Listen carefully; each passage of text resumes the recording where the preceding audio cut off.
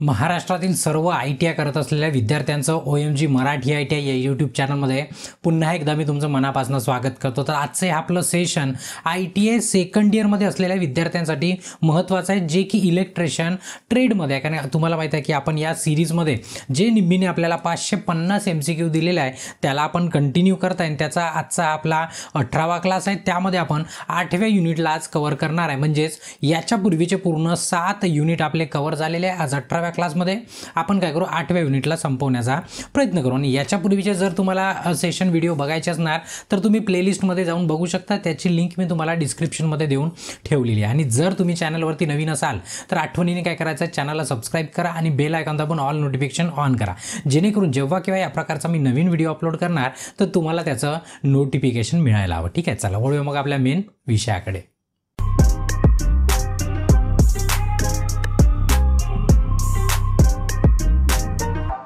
तर आजचा आपला 8व्या युनिटचा 18वा क्लास आहे, त्यामध्ये आपण पूर्ण MCQ कव्हर करण्याचा प्रयत्न करणार आहे। प्रयत्न म्हणजे पूर्णपणे आपण कव्हरच करून टाकू, तेही व्यवस्थितपणे। म्हणजे तुम्ही एकदा बघितलं की तुमच्या डोक्यामध्ये नेहमीसाठी ते लक्षात राहिलं पाहिजे। ठीक आहे, तर आता प्रश्न सुरू करतो। मराठी आणि इंग्लिशमध्ये आहे, तर ते जुनेच इन्स्ट्रक्शन आहे, काही नवीन इन्स्ट्रक्शन तुम्हाला द्यायची गरज नाही आहे। ठीक आहे, तर मग पहिला प्रश्न आहे, पण इथं 70 नंबर याच्यात लिहिलेला आहे, कारण याच्या पहिलेचे जे प्रश्न आहेत ते 69 नंबरपर्यंत आलेले होते याच्या पहिलेच्या चॅप्टरचे। ठीक आहे, तर आता 70 पासून आपण काय करणार, सामोरी जाणार। ठीक आहे, मग आता पहिला प्रश्न आहे आजचा या चॅप्टरचा पहिला प्रश्न कंट्रोल पॅनल वायरिंगचा।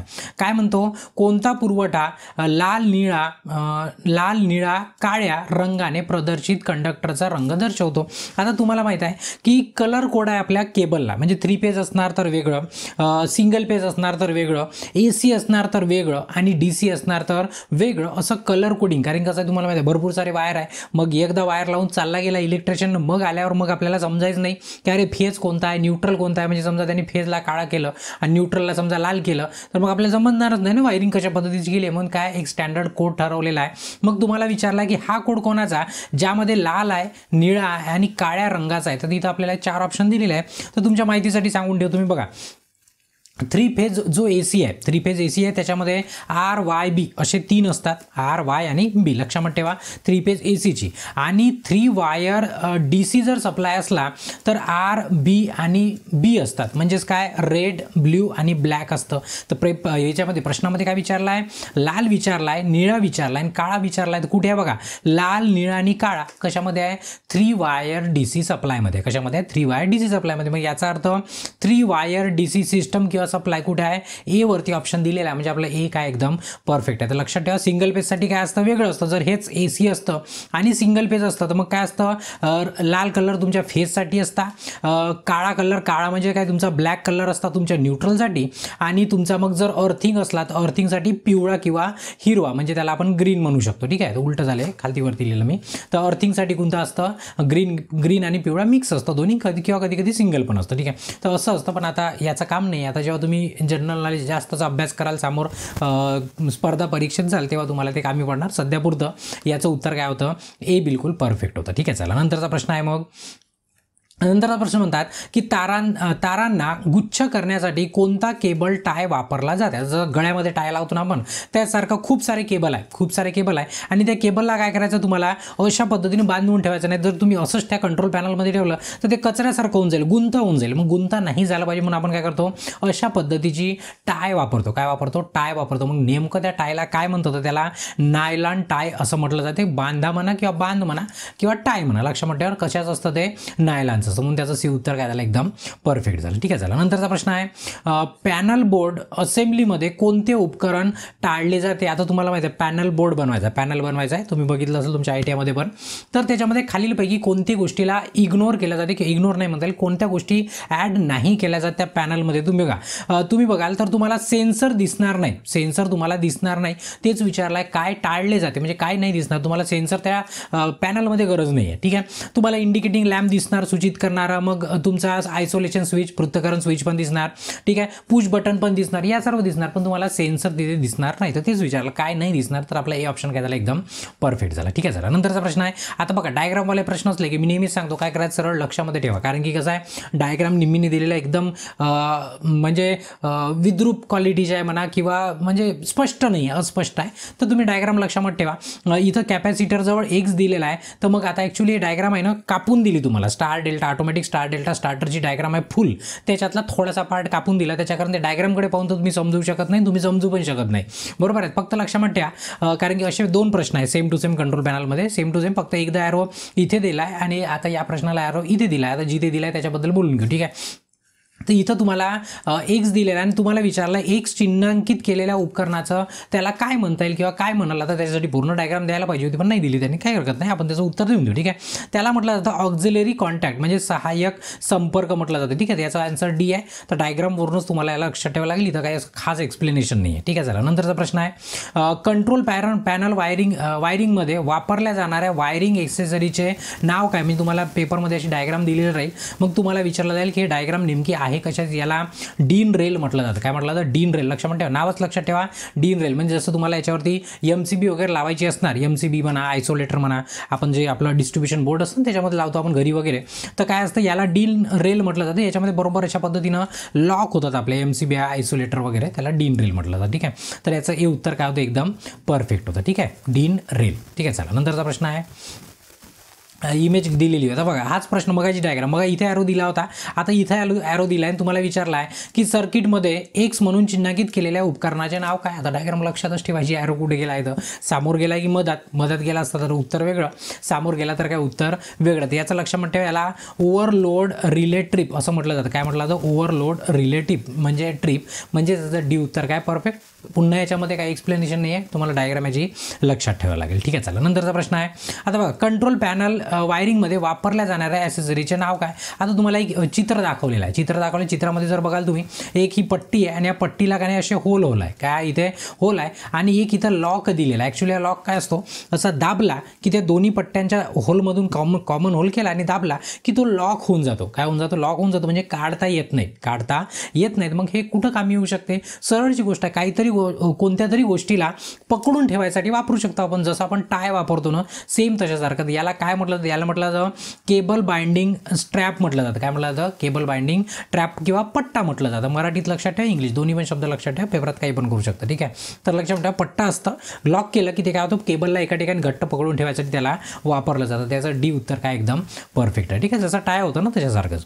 त्याच्यानंतर कंट्रोल पॅनल वायरिंगमध्ये वापरल्या जाणाऱ्या ॲसेसरीचे नाव काय. पुन्हा तुम्हाला चित्र दाखवलं, ठीक आहे, आणि विचारलं काय म्हणजे याचं नेमकं काय म्हणता येईल, त्याला ग्रोमेट म्हटलं जातं. काय म्हटलं जातं, ग्रोमेट म्हटलं जातं. लक्षात ठेवा, ग्रोमेट म्हणजे काय, इथं नट बोल्ट असतं, म्हणजे एक नट असतं आणि एक बोल्ट असतं, नट बोल्टचं असं कॉम्बिनेशन असतं, त्याला फिरवून काढतात. जसं तुम्हाला माहिती आहे की जर कंट्रोल पॅनल असला, कंट्रोल पॅनल समजा टिनचा पत्रा आहे समजा एक, मग त्याला मी काय केलं, मी होल केलं म्हणजे आता बॉक्स आहे समजा टिनेचा कंट्रोल पॅनलमध्ये, पॅनल बनवण्यासाठी, तर मी तिकडनं एक वायर आणत आहे आणि इकडे वायर काय काढायचा, बाहेर काढायचा. तर दोन तीन प्रॉब्लेम होऊ शकते. कोणते, एक त्या टिनचा पत्राच्या काटाने ते घासू शकते आणि कधी व्हायब्रेशननी तो केबल कटू शकतो, पहिली गोष्ट. दुसरी की जर इथून केबल काढला आणि जर जागा राहिली, त्याच्यातनं उंदरं आतमध्ये जाऊ शकते, त्याच्यातनं किडे आतमध्ये जाऊ शकते, मग त्यांना नाही जाता आला पाहिजे. त्यासाठी काय केलं जातं, असं इथं ग्रोमेट फिट केलं जातं आणि मग याच्या होलमधून असा डायरेक्ट केबल टाकला जातो आतमधून, म्हणजे इकडनं तो तुमचा केबल काय होईल, आतमध्ये जाईल आणि इकडनं काय होईल, बाहेर निघाल, म्हणजे फिटोफिट एकदम बाहेर निघाल आणि व्यवस्थित, त्यालाही त्रास नाही कोणालाच त्रास नाही. ठीक आहे, तर याचं नाव काय, याला ग्रोमेट म्हटलं जातं. ठीक आहे, थिंबल पण असा एक तुम्हाला शब्द दिसणार त्याच्यानंतर. ठीक आहे, बघा पॅनेल बोर्डमध्ये कोणते उपकरण ओव्हरलोड, लक्षात ठेवा, ओव्हरलोड आणि शॉर्ट सर्किटपासून संरक्षण करते. आपल्या घरी पण जनरली तुम्हाला माहिती आहे, असं काही ओव्हरलोडिंग झालं किंवा शॉर्ट सर्किट जरी झालं तर आपली काय होते, MCB ऑपरेट होते. काय ऑपरेट होते, MCB, म्हणजे अशा पद्धतीचे असतं. तर त्याला काय म्हटलं जातं, मिनिचर सर्किट ब्रेकर म्हटलं जातं. काय म्हटलं जातं, मिनिचर सर्किट ब्रेकर, म्हणजेच त्याला MCB म्हणतो शॉर्टकटमध्ये, म्हणून याचं डी उत्तर काय एकदम परफेक्ट आहे. ठीक आहे, तुम्ही बघितलं सर्वांनी, सर्वांच्याच घरी आहे जवळपास. ठीक आहे, त्याच्यानंतर आहे आता बघा, ॲक्च्युएटर कोणता स्विच मशीन किंवा वस्तूच्या काही भागाच्या गतीने चालवला जातो. आता ठीक आहे, आता एखादी लिफ्ट म्हणा किंवा क्रेन म्हणा, म्हणजे किंवा एखादं सिस्टम आहे आपल्याजवळ जे वरती खालती चाललं किंवा एखाद्या लिमिटवर आल्यावरती त्याला बंद करायचं आहे, एखाद्या लिमिटवर आल्यावर बंद करायचं आहे, त्याला लिमिट स्विच म्हटलं जातं. काय म्हटलं जातं? Limit switch. प्रश्नात तेच विचारला आहे की मशीनच्या मोशनसोबत समजा एखादी वस्तू फिरत आहे आणि समजा एखादी वस्तू वरतून अशी खाली येत आहे, मला या लेवलला येऊन बंद करायचं आहे, तर मग काय होतं, मग एक लिमिट स्विच असतं अशा पद्धतीचं. हे काय होतं, तिथं टच झालं की फिरतं, इथं रोलर सारखं असतं. बरोबर फिरायला लागलं की स्विच काय होते, ऑपरेट होते आणि थांबून जाते. आणि काय करते, थांबून जाते.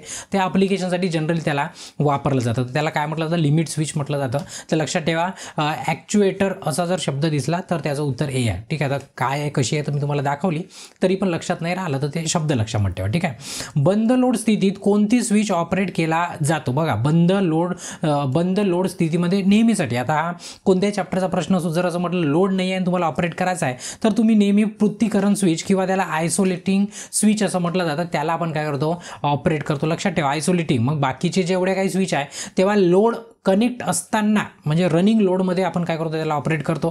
पण आयसोलेटर आपण बंद पोझिशनमध्येच त्याला वापरतो. ठीक आहे, म्हणजे ऑफ लोडमध्ये आपण त्याला वापरतो. जनरली आयसोलेटर घरी ऑफ करायसाठी पण वापरतो आपण, तरी पण. ठीक आहे, त्याचं बी उत्तर काय एकदम परफेक्ट आहे. त्याच्यानंतर आहे पॅनल बोर्डमध्ये 2 स्वतंत्र अर्थिंग देण्याचे कारण काय? आता बघा, अर्थिंग कोणती गोष्ट समजा एकच लागत आहे आणि समजा मी दुसरी दिली मग जसं आपण पेपरला जातो, पेपरला काय करतो, 2 पेनी घेऊन जातो. म्हणजे जेणेकरून कशासाठी, एक पेन जर पहिली खराब झाली तर आपला पेपर थांबला नाही पाहिजे, म्हणून आपल्याला दुसरी पेन ठेवावी लागते. मग कशासाठी, त्याला बॅकअप करण्यासाठी. काय करण्यासाठी, बॅकअप म्हणजे एक प्रकारचं बॅकअप आपली सुरक्षेसाठी. बघा, पॅनल बोर्ड मेटल बॉक्समध्ये बनवले जाते नाही, पॅनल ट्रे पण नाही, पॅनल बोर्डमधील व्होल्टेज ड्रॉप कमी नाही, इतर बिघाड झाल्यास एक अर्थिंग सुनिश्चित करण्याकरता किंवा करा. म्हणजेच काय, एक जर खराब झाली तर दुसरी अर्थिंग काम केली पाहिजे, त्यासाठी आपण काय करतो, 2 लावतो. म्हणजे याचं डी उत्तर काय झालं, एकदम परफेक्ट झालं. ठीक आहे, चला नंतरचा प्रश्न आहे, कोणते सर्किटमध्ये लिमिट स्विच वापरल्या जातात? आत्ताच सांगितलं लिमिट स्विच कुठं वापरला जातं असं विचारलं आहे,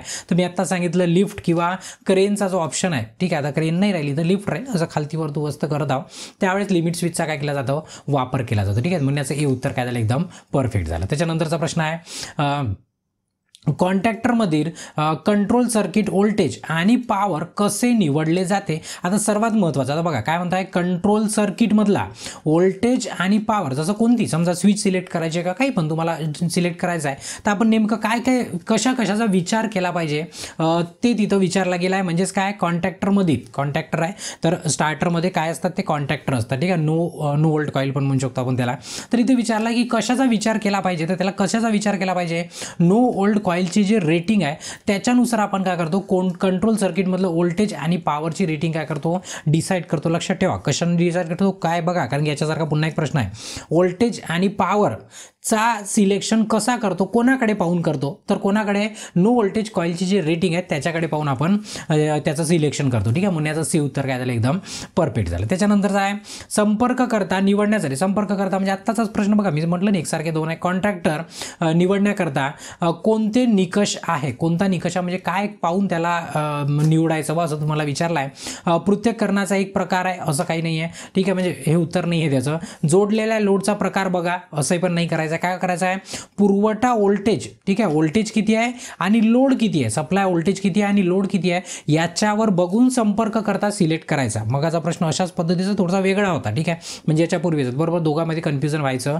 नाही. ठीक आहे, मग जर तुम्हाला कॉन्ट्रॅक्टर कसा सिलेक्ट करायचा म्हटलं तर व्होल्टेज आणि लोड लक्षात ठेवा, आणि पॉवर आणि लोडसाठी जर लोड पकडून जर तुम्हाला कॉन्ट्रॅक्टर सिलेक्ट करायचा आहे तर नो व्होल्टेज कॉईलला बघायचं. असे दोन्ही प्रश्न बरोबर कन्फ्यूज नाही व्हायचं. ठीक आहे, या प्रश्नाचं उत्तर काय, सी बिलकुल परफेक्ट आहे. ठीक आहे, चला नंतरचा प्रश्न आहे, स्क्रू न वापरता पॅनल बोर्डमध्ये MCB ओव्हरलोड स्विच म्हणू शकतो आपण. ठीक आहे, ओव्हरलोड रिले पण म्हणू शकतो. लावण्यासाठी म्हणजे त्याला OLR असं म्हटलं तर शॉर्टकटमध्ये कोणती ॲक्सेसरी वापरली जाते, मी मगाच सांगितलं आणि मग तुम्हाला दाखवलं पण मी की नेमकं विदाऊट स्विच वापरता आपण MCBला वगैरे लावताना MCB झाला, आयसोलेटर झाली, LCB झाले, जे काय लावतो आपण कंट्रोल बोर्डमध्ये, कंट्रोल पॅनलमध्ये, त्याला काही स्क्रूनी टाईट करतो का नाही, त्याला काय असतं, सरळ लॉक असतं, असं मारला का खटकन लागून जातं आणि स्क्रूड्रायव्हरनं खालती दाबून काढलं की काय होतं, ते निघून जातं, बरोबर आहे. म्हणजे इथून जर त्याला वरती उचललं तर ओपन होतं आणि दाबलं तर ते लॉक होऊन जातं. तिथे नट बोल्टची तुम्हाला गरज पडत नाही. याला काय म्हटलं जातं, डीन रेल म्हटलं जातं. ते इमेज तुम्हाला दाखवणार नाही पेपरामध्ये, तुम्हाला समजवायसाठी मी लावली आहे, ठीक आहे. चला, त्याच्यानंतरचा प्रश्न आहे, कोणत्या प्रकारचे उपकरण मोटर्सना पॅनल बोर्डमध्ये जास्त गरम होण्यापासून आणि ओव्हरलोडिंगपासून संरक्षण करते. तर लक्षात ठेवा, जेव्हा पण गरम वस्तू आली म्हणजे हीट होत आहे समजा, त्याला थर्मल म्हटलं जातं. काय म्हटलं जातं, थर्मल म्हटलं जातं. मग सरळची गोष्ट आहे, शॉर्ट सर्किटपासून वाचवलं तर त्याचं नाव शॉर्ट सर्किटशी रिलेटेड राहील आणि गरम होण्यापासून जर वाचवत असणार तर त्याचं नाव कशापासून राहील, थर्मलशी रिलेटेड राहील, ठीक आहे. मग याला काय म्हणू, थर्मल रिले म्हटलं जाईल. म्हणजे जर तुम्हाला तुमचं उपकरण गरम होत आहे, कारण गरम झालं थोड्या वेळानं पेटणार आहे 100%, तर त्याच्यापासून जर वाचवायचं असणार तर आपल्याजवळ काय लावलेलं असतं, थर्मल रिले लावलेला असतो. काय, तो सेन्स करतो आणि काय करतो, सप्लायला डिस्कनेक्ट करून देतो. म्हणजे आपली वस्तू म्हणा, आपली मशीन म्हणा, जे काय होते वाचून जाते, ठीक आहे. चला, नंतरचा प्रश्न आहे, नियंत्रण पॅनलमध्ये जी चॅनलचा वापर काय आहे. आता जी चॅनल म्हणजे नेमकं काय, ते अशा पद्धतीचं चॅनल असतं. कसं असतं, अशा पद्धतीचं चॅनल असतं, त्याला जी चॅनल म्हटलं जातं. काय म्हटलं, जी चॅनल, असं तुम्हाला दाखवून देतो बघा. अशा पद्धतीचं जी चॅनल असतं ते कशासाठी वापरलं जातं, तर ते कशासाठी, असे जे कनेक्टर असतात ना, हे कनेक्टर याच्यामध्ये फसवायसाठी, म्हणजे वायर जॉईन करायचे आहे तर जॉईंट कंट्रोल पॅनलमध्ये केले जात नाही, टेप नाही मारू शकत आपण तिथं, तर तिथं कॉन्टॅक्टर लावले जाते. त्यांनी काय करतो आपण, जॉईंट मारू शकतो. काय करू शकतो, जॉईंट मारू शकतो. तो विचारला जी चॅनलचा वापर काय आहे, तर कशासाठी, जे टर्मिनल असतात, म्हणजे फिक्सिंग टर्मिनल कनेक्टर असतात, कॉन्टॅक्टर नाही, टर्मिनल कनेक्टर, ठीक आहे. टर्मिनल कनेक्टर निश्चित करण्यासाठी काय केलं जातं, त्याचा वापर केला जातो, ठीक आहे. तर बरोबर लक्षात ठेवा, टर्मिनल कनेक्शन म्हणा किंवा कनेक्टर म्हणा, दोघापैकी एक, त्याला कनेक्टर म्हटलं जातं. हे काय, तुमचं कनेक्टर आहे, याला तिथे फसवायसाठी त्याला वापरलं जातं, ठीक आहे. चला, नंतरचा प्रश्न आहे, कंट्रोल पॅनल वायरिंगमध्ये लिमिट स्विचचे कार्य काय. आता तुम्हाला विचारला लिमिट स्विच, आता मगच सांगितलं मी लिमिट स्विचचं कार्य काय, की पर्टिक्युलर एका लिमिटवर आल्यानंतर कट ऑफ करायचं काम कोणाचं आहे, लिमिट स्विचचं आहे. तर ऑप्शनमध्ये जर तुम्ही बघाल, उष्णतेपासूनचा प्रश्न नाही, उष्णते नाही, स्पीड मशीन नियंत्रण करणे पण नाही, ओव्हरलोडिंगपासून पण नाही, कशापासून, कोणत्याही मशीनच्या अंतरावरील हालचाली नियंत्रित करणे. म्हणजे पर्टिक्युलर, म्हणजे मी सांगितलं की इथून इथपर्यंत आलं की बंद झालं पाहिजे, बरोबर. इथून इथपर्यंत आलं की बंद करणारी स्विच, म्हणजे ते समजणाऱ्या त्या स्विचला, ती कोणती स्विच आहे तुमची, त्याला लिमिट स्विच म्हटलं जातं, ठीक आहे. म्हणून याचं डी उत्तर काय एकदम परफेक्ट आहे, ठीक आहे. चला, नंतरचा प्रश्न आहे, आता बघा, हा प्रश्न पण तुम्हाला पाठच करावा लागेल बघा. का बरं, तर AC रेझिस्टिव्ह, बघा लक्षात ठेवा, रेझिस्टिव्ह आणि इंडक्टिव्ह लोड सुरू करण्यासाठी आणि थांबवण्यासाठी कॉन्टॅक्टरचा मानक ड्युटी सायकल कोड कोणता आहे. आता बघा, जसं MCB असते ना, MCBची सिरीज असते, L वेगळी असते, G वेगळी असते, प्रत्येकाचा वापर वेगळा. तसंच जर तुम्हाला कॉन्टॅक्टर वापरायचा असणार, तोही AC, तर मग हे कॉन्टॅक्टरची सिरीज आहे, म्हणजे AC 1 2 3 4 असं. मग आता नेमकं विचारलं आहे रेझिस्टिव्ह आणि इंडक्टिव्ह लोडसाठी, तर याचे कोड आहे, ठीक आहे. बघा 1 2 3 4 असे कोड दिलेला आहे. आता तुम्हाला विचारला आहे रेझिस्टिव्ह आणि इंडक्टिव्ह, तर कोड नंबर कोणता आहे, कोड नंबर आहे तुमचा AC2 आहे. काय, AC2. म्हणून याचं उत्तर काय, कोड नंबर विचारला होता रेझिस्टिव्ह आणि इंडक्टिव्हसाठी, कोणता आहे, AC2 आहे. म्हणजे याचं बी उत्तर काय झालं, एकदम परफेक्ट झालं. आता इथं तर हाच प्रश्न विचारणार, पण यदा कदाचित भविष्यामध्ये तुम्हाला याच्यातला कोणताही प्रश्न विचारू शकतो. बघ, फक्त रेझिस्टिव्ह असलं तर वेगळं, हायली इंडक्टिव्ह असलं तर वेगळं, वेगळं ब्रेकिंगसाठी असलं तर वेगळं, असं वेगळे त्याचे कोड आहे, ठीक आहे. त्याच्यानंतर आहे की automatic star delta starter operate करण्यासाठी कॉन्टॅक्टरचे योग्य अनुक्रम ऑपरेशन कोणते. आता बघा, ऑटोमॅटिक स्टार डेल्टा स्टार्टर आहे, तर त्याला आपण मॅन्युअली काहीच नाही करणार. जसं मॅन्युअली चेंज ओव्हर स्विच असते, आपल्याला स्टार टू डेल्टा करायचं असतं कशामध्ये, स्टार्टरमध्ये. पण ऑटोमॅटिकमध्ये तसं काही करायचं नाही. सर्व टायमिंग डिव्हाइस असतात, बरोबर सेन्स करतात, बरोबर वेळेला सेन्स करून बरोबर ते ऑपरेट होतात. म्हणजे पहिले राहील तुमचं स्टारमध्ये आणि मग कुठं न्यायचं आहे तुम्हाला, डेल्टामध्ये, ठीक आहे. कुठं न्यायचं डेल्टामध्ये. तर सुरुवातीला जर स्टार बघितलं तर स्टार इथं आहे आणि स्टार इथं आहे, ठीक आहे. स्टार झाला, सोबत मेन सुरू होणार, पहिलेच टायमर नाही लागणार, स्टारमध्ये कनेक्ट आहे, पहिले मेन सुरू झाला, मग त्याच्यातला टायमर डिसाईड करणार किती सेकंदांनी मला डेल्टा करायचा आहे, तेवढ्या सेकंदांनी टायमर काय करणार, ॲक्टिवेट होणार आणि मग तुमची सर्किट काय होणार, डेल्टामध्ये जाणार. म्हणजे हा तुमचा काय, त्या कॉन्टॅक्टरचा काय सिक्वेन्स आहे. आता लक्षात कसं ठेवायचं सांगतो मी, सुरुवातीला स्टार्ट आणि आखरीला काय, डेल्टा, असे आता तुम्हाला 2 ऑप्शन दिसणार. पण लक्षात ठेवा, टायमर काय करणार, डेल्टामध्ये कन्वर्ट करणार, डेल्टा ऑन ऑफ करायचा टायमरचं काम आहे, ठीक आहे. म्हणजे याचं बी उत्तर काय झालं, एकदम परफेक्ट झालं. त्याच्यानंतरचा प्रश्न आहे, कंट्रोल ट्रान्सफॉर्मरसह कंट्रोल पॅनल का दिले जातात? आता तुम्हाला माहिती आहे कंट्रोल ट्रान्सफॉर्मरसह आता कंट्रोल पॅनल आहे आपल्याजवळ, काय कंट्रोल पॅनल आहे. आता कंट्रोल पॅनलमध्ये काय असतात, रिले असतात, आयसोलेटर असतात, ठीक आहे. पॅनलच्या आतमध्ये त्याला इंडिकेटर पण असतं, मग त्याला सप्लाय लागतं. तर सप्लाय आता मोठं कंट्रोल पॅनल आहे समजा 11 kV, मग मोठा इंडिकेटर लावणार का आपण, लॅम्प लावणार का, जसं LED वगैरे असते 11 kV, नाही तर त्याला आपल्याला कमी व्होल्टेज लागतं. रिले आहे त्याला पण कमी व्होल्टेज लागतं, मग त्याच्यासाठी काय केलं जातं, एक छोटा ट्रान्सफॉर्मर लावला जातो, छोट्या साईजचा, म्हणजे स्टेप डाऊन करून असतो, म्हणजे कारण कमी सप्लाय लागतो, त्याला कंट्रोल ट्रान्सफॉर्मर म्हटलं जातं. काय म्हटलं जातं, कंट्रोल ट्रान्सफॉर्मर. कशासाठी वापरला जातो, तो वापरला जातो कशासाठी, सहाय्यक सर्किट चालवण्यासाठी, म्हणजे ज्या ऑक्झिलरी सर्किट आहे, ऑक्झिलरी सर्किट म्हणजे कोणत्या, त्याच्यातले रिले म्हणा, ठीक आहे, त्याच्यातलं सोलेनाईड म्हणा, सोलेनाईड म्हणजे ज्या ऑपरेट होणाऱ्या स्विचेस आहे मॅग्नेटिकली, पुन्हा लॅम्प वगैरे छोटे छोटे असतात इंडिकेट करण्यासाठी, यांना सप्लाय का तो 11 kV 33 kV देणार आहे का तुम्ही, नाही देणार. तर मग त्यासाठी तुम्हाला काय करावं लागेल, त्या व्होल्टेजला डाऊन करावं लागेल. ते कोणाचं काम आहे, कंट्रोल ट्रान्सफॉर्मरचं, ठीक आहे, म्हणजे ऑक्झिलरी वस्तू त्याच्यातल्या चालवण्याकरता. म्हणून याचं बी उत्तर काय झालं, एकदम परफेक्ट झालं. नंतरचा प्रश्न आहे, auto star delta starter time delay, ठीक आहे, टाईम, कारण की ऑटोमॅटिक आहे तर तो टाईम डिले, ऑटोमॅटिक सिस्टम असते, एवढ्या सेकंदाने तो डेल्टामध्ये जाणार. डिले रिले सुरू झाल्यानंतर बंद स्थितीत असल्यात काय होईल, म्हणजे सुरू झाल्यानंतर तो बंद स्थितीमध्ये आहे. कसं आहे, बंद स्थितीमध्ये आहे म्हणजे काय झालं बघा, तुमची मोटार स्टारमध्ये आहे, सुरू झाली, ठीक आहे, स्टारमध्ये आहे, मग तिला डेल्टामध्ये जायचं आहे, डेल्टामध्ये गेलं आणि त्याच्यातच काय झालं, तुमचा टायमर काय झाला, बंद होऊन गेला. टायमर काय होऊन गेला, बंद. म्हणजे पहिलं काय होतं, तुमचं स्टारमध्ये होतं, मग तुम्ही गेले डेल्टामध्ये, आणि मग काय झालं, ते झाल्यानंतर, सुरू झाल्यानंतर ते बंद पडलं टायमर. तर मग तुमची मशीन कशी राहील, डेल्टामध्येच कनेक्ट राहील. कशी राहील, डेल्टामध्ये, म्हणजे केवळ डेल्टामध्येच ते धावेल आणि डेल्टामध्येच ती कशी राहील, कनेक्ट राहील. ठीक आहे, समजलं ना, एकदम सोपाचा. स्टार टू डेल्टा ऑटोमॅटिकच होते, पण सुरू झाल्यानंतर ते बंद झालं टायमर, तर काही फरक नाही पडत ना. आपण डेल्टात गेला होता, आपण कुठं राहू, मग डेल्टामध्येच आपली मोटार सुरू राहील. ठीक आहे, त्याचं डी उत्तर काय होतं, परफेक्ट होतं. त्याच्यानंतर आहे कंट्रोल पॅनल वायरिंगमध्ये PVC चॅनल, काय PVC चॅनलचा वापर काय आहे, PVC चॅनलचा वापर. आता PVC चॅनल म्हणजे काय नेमकं, तर तुम्ही जर बघितलं, जशी केसिंग कॅपिंग कशी असते तशी, आता केसिंग कॅपिंगमध्ये छोटे छोटे वायर, पण आपल्याला मोठे मोठे जर कंडक्टर वगैरे टाकायचे, कंडक्टर म्हणण्यापेक्षा केबल, त्यासाठी PVCचा अशा पद्धतीचा एक डब्बा असतो, त्याला वरतून काय असतं, कॅप असतं, मग ते सरकवली जाऊ शकते. तर याला नेमकं म्हणजे याचं काम काय, या PVC चॅनल म्हटलं जातं याला, PVC चॅनलचं. तर विद्युत वायर आणि संरक्षणासाठी मार्ग, म्हणजे एक पाथ तयार करून देतो तो. ठीक आहे, काय PVC चॅनल. लक्षात ठेवा, इमेज तुम्हाला दाखवली, म्हणजे याचं सी उत्तर काय झालं, एकदम परफेक्ट झालं. ठीक आहे, चला नंतरचा प्रश्न आहे, कंट्रोल पॅनलमध्ये थर्मल ओव्हरलोड रिलेचा उद्देश काय. आता तुम्हाला विचारला आहे थर्मल ओव्हरलोड रिलेचा उद्देश काय आहे, असं तुम्हाला विचारलं आहे. तर थर्मल ओव्हरलोड रिले तुम्हाला सर्वांना माहीत आहे, सरळ थर्मल शब्द आला की समजायचं इथं काय गरम झालं, इथं काय झालं, गरम झालं. मग कशाचं प्रोटेक्शन देईल तो, हिटिंगपासून. आता बघा हिटिंगवाला इथं ऑन ऑफ नाही, अर्थ नाही, टाईम डिले नाही, तुम्हाला हिटिंगवाला ऑप्शन 4 नंबरला, म्हणजे मोटरला जास्त गरम होण्यापासून आणि लोड होण्यापासून संरक्षण करण्याकरता काय वापरलं जातं, थर्मल ओव्हरलोड रिले. थर्मल शब्द फक्त लक्षात ठेवा. ठीक आहे, थर्म म्हणजे गरम. ठीक आहे, चला नंतरचा प्रश्न आहे, औद्योगिक अनुप्रयोगामध्ये मोटरचे अनुक्रमिक नियंत्रण का आवश्यक आहे. ठीक आहे, बघा आता तुम्हाला माहिती आहे की सिस्टमॅटिक काम असतं एखाद्या कंपनीमध्ये, की मोटर चालू झाली बरोबर 15 मिनिटांनी दुसरी मोटर चालू झाली पाहिजे, मग 5 मिनिटांनी तिसरी मोटर चालू झाली पाहिजे, असं एक सिक्वेन्स असतं. काय असतं, सिक्वेन्स असतं, म्हणजे अनुक्रमाने त्या ऑपरेट होत असतात. तर नेमकं कशासाठी किंवा आवश्यक का बरं आहे, तर सरळची गोष्ट आहे. समजा एखादा आपण बिस्किटचा पुडा बनवला, बिस्किटचा पॉकेट बनवला, तर तो बिस्किट चालले, एक मशीन फिरली पाहिजे, तिकडे गेल्यानंतर प्लॅस्टिक देणारी एक मशीन त्याच्यानंतर फिरली पाहिजे, मग चिपकवणारी एक मशीन फिरली पाहिजे, मग तो पॉकेट घेऊन एका डब्यात टाकणारी एक मशीन चालू झाली पाहिजे. म्हणजे काय एक सिक्वेन्स आहे. यानी काय होते, आपली ॲक्युरसी वाढते, कन्झम्पशन नाही वाढत, मोर लोड पण नाही होत, मिनिमम ऑपरेटिंग कॉस्ट पण नाही होत. त्याला काय होते, increase the accuracy of operation, म्हणजे ऑपरेशनची अचूकता वाढते, म्हणजे एकदम परफेक्ट पद्धतीने काय होते काम. समजा आता नाही तर मग बिस्किटचा पुडा पॅक केला आणि ते चिपकवण्यावाल्या मशीन चिपकवलंच नाही, तर मग तिकडे जाऊन उचलण्यावाली मशीन उचलणं फेकून देईल, पूर्ण बिस्किट काय होईल, दाना पाणवून जाईल आपले. बरोबर आहे,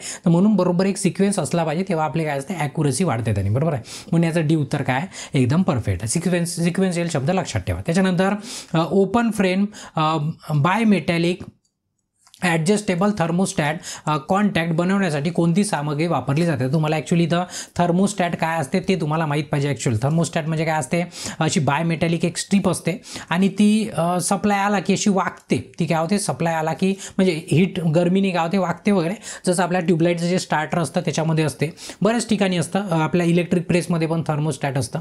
तर याला ओपनवाला थर्मोस्टॅट जर बनवायचं असणार तर काय वापरतात, तर चांदी वापरली जाते. काय वापरली जाते, चांदी, किंवा आपण आपण त्याला काय म्हणू, सिल्वर वापरलं जातं, लक्षामध्ये ठेवा. ठीक आहे. आता थर्मोस्टॅट आता जास्त सांगत बसलं तर लंबा थेरीचा क्लास होईल, आपल्याला फक्त MCQ काय करायचे आहे, कव्हर करायचे. ठीक आहे. त्याच्यानंतरचा प्रश्न आहे, कंट्रोल पॅनल वायरिंगमध्ये वापरल्या जाणाऱ्या DN रेलचा उद्देश काय. सोपंच, DN रेलचा उद्देश काय, अशा पद्धतीने MCB म्हणा, आयसोलेटर म्हणा, तुमच्या ELCB असणार, जे काय असणार त्यांना काय करू शकतो, रिलेला सरळ सरळ आपण विदाऊट नट इथे फिक्स करू शकतो. तर मग त्याचं काम काय, मार्ग प्रदान करणे नाही आहे, उच्च सर्किट उपकरण स्थापित करणे नाही आहे, उच्च सर्किट स्थापित करणे नाही आहे, ते वरचं झालं. स्क्रूशिवाय नियंत्रण उपकरणे बसवणे, म्हणजेच आपलं जे कंट्रोल ॲसेसरीज आहेत त्या विदाऊट स्क्रू फिट करता आल्या पाहिजे. म्हणजे याचं डी उत्तर काय झालं, एकदम परफेक्ट झालं. ठीक आहे. मी मग आपण याच्याबद्दल आपण डिस्कशन केलं, तर जास्त बोलायची काही गरज नाही आहे. त्याच्यानंतरचा प्रश्न आहे, कोणते उपकरण अनुक्रमण, ठीक आहे, अनुक्रमण म्हणजे सिक्वेन्स, मग ज्या बिस्किटच्या पुड्याचं उदाहरण दिलं ना तसं, अनुक्रमण नियंत्रण प्रणालीतील ऑपरेशन नियंत्रण करते. आता कशातलं ऑपरेशन म्हणजे बघा काय म्हणताय, कोणते उपकरण अनुक्रमण नियंत्रण प्रणालीत, अनुक्रमण नियंत्रण प्रणाली कशा बेस असते, टायमिंग बेस असते, म्हणजे एवढ्या सेकंदाने हे झालं पाहिजे, एवढ्या मायक्रो सेकंदाने ते झालं पाहिजे. तर ऑपरेशन नियंत्रित करते कशाच्या बेसवरती, ते टायमिंग म्हणजे टायमरच्या बेसवरती काय करते, ते आपलं ऑपरेशन परफॉर्म करते. म्हणून याचे उत्तर काय झालं, एकदम परफेक्ट झालं. त्याच्यानंतरचा प्रश्न आहे, कोणता DC लोड कॉन्टॅक्टरच्या DC4 म्हणजे मग बस AC 1 2 3 4 होतं तसंच मानक कर्तव्य चक्राद्वारे दर्शवली जाते. म्हणजे नेमकं DC4 म्हणजे काय होते असं तुम्हाला इथं विचारलं आहे, तर काय होते बघा, तुम्हाला माहीत पाहिजे आता. ठीक आहे. DC 1 2 3 4 काय 5 काय जर माहीत पाहिजे AC सारखं. ठीक आहे. सध्या पेपरात नसलं माहीत तरी काय हरकत नाही, पण जेवढं कामाचं तेवढंच माहीत करावंच लागेल. ठीक आहे. तर आता बघा तुम्हाला काय विचारलं आहे, तुम्हाला कोणता दिला आहे, DC4 दिला आहे. 4 कशासाठी आहे, 4 आहे स्टार्टिंग आणि स्टॉपिंग सिरीज मोटर. काय, स्टार्टिंग आणि स्टॉपिंग सिरीज मोटर. तर ते बघायचं, स्टार्टिंग आणि स्टॉपिंग शंट मोटर नाही, कोणती मोटर पाहिजे, पहिला तर नाहीच आहे, सिरीज मोटर पाहिजे, म्हणजे सुरू आणि बंद शृंखला मोटर करणे. तर ते DC4 त्याचा कोड नंबर आहे. ठीक आहे. म्हणजे याचा C ऑप्शन काय झाला, एकदम परफेक्ट झाला. ठीक आहे. चला नंतरचा प्रश्न आहे, कंट्रोल पॅनल वायरिंगमध्ये वापरल्या जाणाऱ्या कंट्रोल ट्रान्सफॉर्मरचा उद्देश काय. मगच सांगितलं मी, कंट्रोल ट्रान्सफॉर्मरचा उद्देश काय, जे ऑक्झिलरी इक्विपमेंट आहे त्याला ऑपरेट करण्याकरता, जसं इंडिकेटिंग लॅम्प आहे त्याला ऑपरेट करण्याकरता त्या कंट्रोल ट्रान्सफॉर्मरचं आपल्याला काय पडतं, काम पडतं. तर याच्यामध्ये बघा, स्थिर टर्मिनल व्होल्टेज राखण्यासाठी नाही, पण काय ऑक्झिलरी सर्किटला सप्लाय देण्यासाठी किंवा वीज पुरवण्याकरता आपण काय करतो, कंट्रोल ट्रान्सफॉर्मर वापरतो कंट्रोल पॅनलमध्ये वेगळा. ठीक आहे. पॅनलमध्येच वेगळी सिस्टम असते, म्हणजे सरळ सरळ सप्लायसाठी. ठीक आहे. म्हणजे त्याचं B उत्तर काय झालं, एकदम परफेक्ट झालं. ठीक आहे. चला नंतरचा प्रश्न आहे, कॉन्टॅक्टरमधील संपर्क कामासाठी कसे गुंतवले जातात. ठीक आहे. कामासाठी कसे गुंतवले जातात. ठीक आहे. कसे गुंतवले जातात बघा, मॅन्युअल ऑपरेशन करून नाही, यांत्रिक सेटिंगद्वारे नाही, काय पोझिशन बदलण्यासाठी इलेक्ट्रोमॅग्नेट ऑपरेट करून. आता बघा तुम्हाला प्रश्न सांगतो मी काय म्हणतात, कॉन्टॅक्टरमध्ये कॉन्टॅक्टर काय असतं तुम्हाला माहीत आहे, आतमध्ये जे कॉन्टॅक्टर असतो तो मॅग्नेटिकली चिपकवलं जातं. काय होतं, मॅग्नेटिकली ते कॉन्टॅक्ट सोडणं आणि म्हणजे पकडणं आणि सोडणं ते मॅग्नेटिकली होत असतं. कसं होत असतं, मॅग्नेटिकली. तर त्या प्रश्नात तेच विचारला आहे की कॉन्टॅक्टरमधील संपर्क कामासाठी कसे गुंतवले जाते, म्हणजे तो त्याला कामाला एंगेज करणं, म्हणजे वर्क कामाला एंगेज करणं आणि काम सोडून देणं, हे कशाच्या आधारित केलं जाते, ते केलं जाते इलेक्ट्रोमॅग्नेटचा वापर करून किंवा इलेक्ट्रोमॅग्नेटला ऑपरेट करून. ठीक आहे. म्हणजे याचं C उत्तर काय झालं, एकदम परफेक्ट झालं. नंतरचा प्रश्न आहे, कोणते उपकरण पॅनल बोर्डमधील स्ट्रीप केलेल्या आणि अडकलेल्या केबलमधून बाहेर पडण्यापासून रोखते. बघा, कोणते उपकरण पॅनल बोर्डमध्ये स्ट्रीप, ठीक आहे, स्ट्रीप म्हणजे एखादा वायर आहे समजा, तो कनेक्ट आहे, मग तो व्हायब्रेशननी म्हणा काही म्हणा की निघून नाही गेला पाहिजे, त्याच्यासाठी नेमकं ते रोखण्यासाठी म्हणजे निघून नाही गेला पाहिजे म्हणून आपण काय करतो, नेमकं जसं आपण जॉईंट मारला समजा आणि नट टाईट करून टाकलात, काही काळाने काही कारणास्तव तो काय होऊ शकतं, निघून जाऊ शकते. मग त्याच्यासाठी आपण काय करतो माहिती आहे का, लग्ज लावतो. काय लावतो, लग्ज लावतो असे. मग काय करतो, या लग्जला त्या नट आणि बोल्टच्या साह्याने त्याला टाईट मारून देतो, म्हणजे किती हलवा किती ओढा तो काय होणार, निघणार नाही. ठीक आहे. मग याला काय म्हटलं जातं, लग्स अँड थिंबल असं म्हटलं जातं. ठीक आहे. तर लक्षात ठेवा, लक्स आहे आणि त्याला थिंबल पण दुसरं नाव ठेवलं आहे. ठीक आहे. म्हणजे वेगळा असतो पण त्याच्यासारखाच. ठीक आहे. पॅनलमधील कीटक आणि उंदरापासून केबलचे संरक्षण कसे करावे, तुम्हाला मगाच सांगितलं मी की समजा कंट्रोल पॅनल आहे त्याला होल केला तर इथून उंदीरे जाऊ शकते, काही आपला कोणते किडे वगैरे जाऊ शकते. मग हा काय केला आपण, इथं जर लावला समजा, ठीक आहे, तर मग इथं लावून काय करू शकतो आपण, त्याला पॅक करू शकतो, म्हणजे याच्यातून फक्त वायर जाईल आणि इकडून काय होईल, फक्त वायर बाहेर निघेल. याला काय म्हटलं जातं, ग्रोमेट म्हटलं जातं. मगच आपण याच्याबद्दल बोललो आणि तुम्हाला मग डायग्राम पण दाखवली होती. ठीक आहे. म्हणजे याचं उंदरापासून वगैरे वाचवायचं, म्हणून याचं B उत्तर काय एकदम परफेक्ट आहे. ठीक आहे. चला, इमेज जर लक्षात राहिली तर जास्त प्रश्न आपल्याला लक्षामध्ये राहतात. ठीक आहे. नियंत्रण पॅनलचे लेआउट तयार करताना कोणत्या आवश्यक वैशिष्ट्याचा विचार केला पाहिजे. आता तुम्हाला काय करायचं आहे की कंट्रोल पॅनल तयार करायचा आहे, मग त्याचं लेआउट बनवायचं आहे. मग लेआउट बनवायचं आहे तर नेमकं कोणत्या कोणत्या गोष्टीचा आपण विचार केला पाहिजे. मग इथं ऑप्शनमध्ये आहे योग्य प्रकारचे संरक्षण आणि मोजमाप यंत्रणा. आता विचार जर केला तर याच्यातले सर्वच उत्तर बरोबर आहे, पण निम्मीच्या यांनी नाही का आतील क्षेत्रफळ ते पण ॲक्च्युली विचार करायला पाहिजे आपण. केबलची हॉर्सिंग योग्य पद्धत, ॲक्च्युली ते केबलिंगमध्ये जाते पण तरी सांगतो. पण इथं महत्त्वाचा एक चौथा पॉईंट आहे कोणता, कॅबिनेट दरवाजाचे बाहेरील परिमाण आणि स्विंग क्षेत्र, म्हणजे आता जो इथं डोअर लागणार, ठीक आहे, याला तो बरोबर डोअर कसा झाला पाहिजे, ऑपरेट झाला पाहिजे, बाहेर निघला पाहिजे, बरोबर लागला पण पाहिजे. ते सर्वात महत्त्वाचं आहे या प्रश्नामध्ये. म्हणजे तुम्ही जर बघितलं तर एक नाही, याच्यात 3-4 उत्तर आपण देऊ शकतो, पण परफेक्ट उत्तर काय याचं डी आहे. ठीक आहे, लक्षात ठेवा. त्याच्यानंतरचं आहे पॉवर आणि कंट्रोल. ठीक आहे, लक्षात ठेवा, पॉवर आणि कंट्रोल वायरिंग वेगळ्या रेसवे मग आपण डीन रेल पाहिलं ना त्याच्यासारखं, डीन रेल वेगळं झालं. रेसवे म्हणजे जसे पाईप टाकतो आपण किंवा केसिंग टाकतो तो रेसवे झाला. रेसवेने चालवतात म्हणजे काय म्हणणं आहे बघा, पॉवरची एक सर्किट वेगळी चालवली जाते आणि कंट्रोलवाली जे कंट्रोलची वायरिंग जी आहे ती कशी चालते वेगळी. आता पॉवरचा व्होल्टेज कसा असतो जास्त असतो आणि जे कंट्रोल वायरिंग आहे त्याचा व्होल्टेज कसा असतो कमी असतो. मग दोन्ही कंडक्टर जर जवळ असले तर काय होते, ते इंटरफेरन्स करतात एकमेकांसोबत. म्हणजे जो हाय पॉवरवाला आहे, हाय व्होल्टेजवाला, हाय पॉवरवाला, तो काय करतो कमी पॉवरवाल्यावरती त्याचे फ्लक्स पडतात आणि ते डिस्टर्ब होतात. त्याला काय म्हटलं जातं, इंटरफरन्स म्हटलं जातं. काय म्हटलं जातं, इंटरफरन्स. तर त्याला रोखण्यासाठी आपण काय करतो, दोघांनाही वेगळ्या वेगळ्या रेलनी पाठवतो किंवा वेगळ्या वेगळ्या वेनी पाठवतो. ठीक आहे, मग याला कशासाठी तसं केलं जातं, to reduce the radio interference, म्हणजे रेडिओचा हस्तक्षेप कमी करण्याकरता. रेडिओचा म्हणजे त्या रेडिओचा नाही, एका कंडक्टरचा दुसऱ्या कंडक्टर होणारा हस्तक्षेप त्याला कमी करण्यासाठी हे सर्व केले जाते. एवढी मोठी सर्कस करावी लागते. ठीक आहे, म्हणजे याचं बी उत्तर काय झालं, एकदम परफेक्ट झालं. त्याच्यानंतरचा प्रश्न आहे की रिव्हर्स पुश बटन फॉरवर्ड आणि रिव्हर्स कंट्रोल स्टार डेल्टा स्टार्टरमध्ये दाबल्यास मोटर दिशा का बदलत नाही. मोटरची दिशा का बदलत नाही, आता तुम्हाला माहिती आहे त्याच्यामध्ये पुश बटन असते रिव्हर्स आणि फॉरवर्ड. रिव्हर्स नाही फॉरवर्ड नाही म्हणता येईल, हो रिव्हर्स आणि फॉरवर्डच म्हणता येईल लिहिलेलं. पण तुम्ही जे बटन दाबली तर याची काय म्हणतो आपल्या मोटरची डायरेक्शन ऑफ रोटेशन बदलत नाही. असं का बरं होते ते तुम्हाला विचारलं कोणत्या स्टार आणि डेल्टा स्टार्टरमध्ये. तर लक्षात ठेवा कधी डायरेक्शन बदलू शकते, जेव्हा फेज सिक्वेन्स चेंज होणार. जरी तिथं रिव्हर्सनं फॉरवर्डची बटन देऊन असली तर त्यानं ॲक्च्युअल रिव्हर्स फॉरवर्ड म्हणजे फेज सिक्वेन्स चेंज होत नाही. फक्त काय होतं, स्टारचं डेल्टामध्ये फक्त कन्व्हर्शन होतं. ठीक आहे, म्हणजे त्याला आपण उत्तर जर इथं बघितलं, नो व्होल्टेज कॉइल ऊर्जावान नाही असं नाही होईल, फॉरवर्ड कॉन्टॅक्टरमध्ये नाही. त्याच्यानंतर रिव्हर्स कॉन्टॅक्टरमध्ये इंटरलॉकिंगमुळे. ठीक आहे, म्हणजे जे रिव्हर्स कॉन्टॅक्टर आहे त्याच्यामध्ये इंटरलॉकिंग केलेली असते म्हणून ते सर्व होत नाही. म्हणजेच तुमच्या मोटरची स्पीड रिव्हर्स होत नाही रिव्हर्सची फॉरवर्डची बटन दाबली तरी. ठीक आहे, तर याचं सी उत्तर काय झालं, एकदम परफेक्ट झालं. तर हे होता 106वा प्रश्न. म्हणजेच आपला जे कंट्रोल पॅनल वायरिंग म्हणजेच आपला कितवा 8वा जो चॅप्टर होता 8वा युनिट, याचे पूर्ण प्रश्न या सेशनमध्ये आपण काय केले, संपवून टाकले. आणि याच्यानंतर आपण काय करू, 9व्या चॅप्टरची सुरुवात करू. काय करू, 9व्या चॅप्टरची सुरुवात करू म्हणजे 9वा चॅप्टर घेऊ. तर इथे या सेशनला काय करतो मी थांबवतो आणि ब्रेक घेतो. पण त्यापूर्वी तुम्हाला काय करायचं आहे, जर सेशन आवडला असणार तर आठवणी काय करा, सेशनला लाईक करा, तुमच्या जास्तीत जास्त मित्रांपर्यंत काय करा, शेअर करा. आणि तुमच्या मनामध्ये काही प्रश्न असतील, काही डाऊट्स असतील तर तुम्ही काय करू शकता, कमेंट करू शकता. ठीक आहे, आणि अजूनपर्यंत जर तुम्ही चॅनलला सबस्क्राईब नसेल केलं, आठवणीने काय करा, चॅनलला सबस्क्राईब करा आणि याच्यानंतरचा नेक्स्ट व्हिडिओ बघण्याकरता नेक्स्ट व्हिडिओवरती क्लिक करून बघू शकता. तोपर्यंत इथे ब्रेक घेतो. धन्यवाद.